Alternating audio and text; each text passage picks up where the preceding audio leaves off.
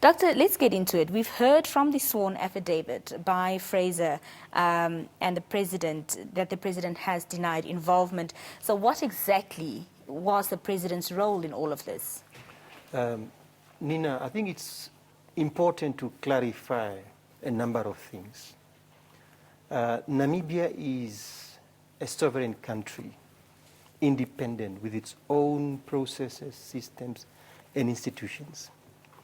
It is governed by an elected president, Dr. Hage Geingob. South Africa is a sovereign country with its own president, Cyril Ramaphosa, and its own internal dynamics, in as much as we have ours. What does it mean? It means that what is happening in South Africa should not necessarily be made to be front page news and talking points in this country. We have made it very clear from the very beginning as the presidency. Last week, Monday, the president spoke about this matter.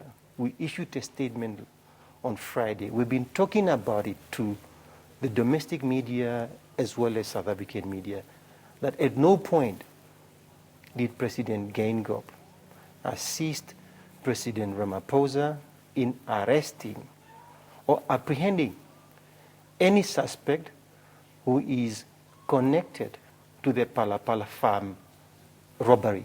We've made that very clear. The circumstances under which an individual has been arrested for violating our immigration laws in June 2020, those circumstances are known. It is not our place as the presidency to comment on ongoing investigations taking place in South Africa. It is not our place. Mm-hmm. But we've made it very clear, for the record, that notwithstanding the allegations contained in the affidavit by a certain Mr. Arthur Fraser, President Geingob has no connection or link to those issues. Mm-hmm. Very clear. We've always emphasized, and we will continue to emphasize, that it's not in the DNA of President Geingob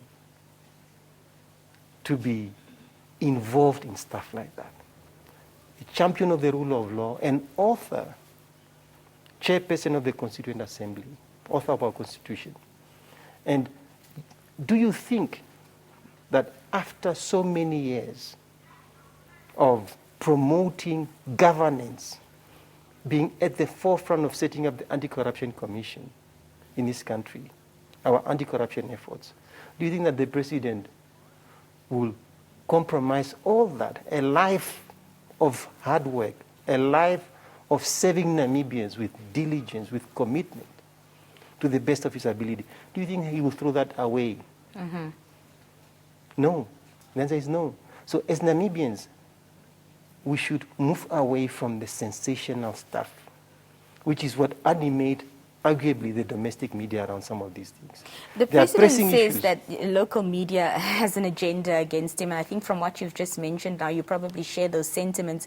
However, is the citizenry not allowed, to know what has transpired and to have an opinion, of course, on what has transpired? People can have opinions, but opinions are not facts.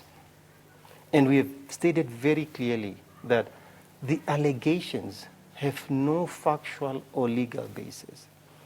And it is quite sad that the media would want to prolong conversations around some of these things. There are better things that we should be seized with as Namibians, and that is developmental issues, bread and butter issues, the things that keep the president awake at night, development in this country. I think we should disabuse ourselves of the fact that what is happening in South Africa is in Namibia. It is not. Valid points you do make, Dr. Hengari. Those who are possibly running local branches of political parties in South Africa. But it's not the Namibians who elected the president. Valid points you make, as I said, but of course the story such of this nature would be of national interest, and the media also has a responsibility to provide clarity on matters such as this. Do you think the President would be open to giving media a transcript of, the telephone calls and contents thereof concerning this case? The President communicates on a frequent basis with several heads of state across the globe. President Ramaphosa enjoys a cordial and brotherly relationship with President Geingob. And that relationship is animated by a shared commitment to strengthen the bilateral relations between Namibia and South Africa for the benefit of the development of our respective people. And have conversations between the two presidents taken place during this time? They speak on a regular basis on a number of issues, and that's what is normal. It is normal. And on this specific issue, have they had conversations? Between heads of state take place on a frequent basis. We have stated very clearly that President Geingob did not at any point assist President Ramaphosa in apprehending or arresting any suspect. We have stated that clearly. How many times should we repeat the very same thing? It's about time that we move on to more urgent matters affecting Namibians. This is where we should go. The domestic media, the politicians of this country, we need to focus on things that affect ordinary Namibians.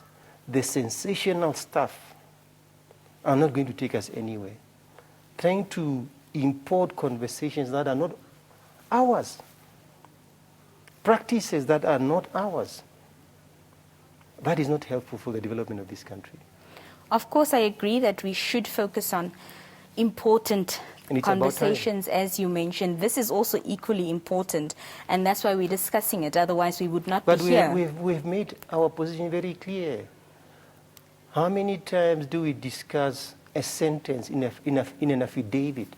Well, this is your opportunity. How many times do we discuss that sentence? And we've made it very clear by way of a press release. The President spoke about it last week, Monday, clarified his position. There is a process unfolding in South Africa. Institutions in that country are investigating what happened. Now, what does that have to do with us? All right. To what point do we discuss this issue? I think, Nina, we need to discuss things that advance this country.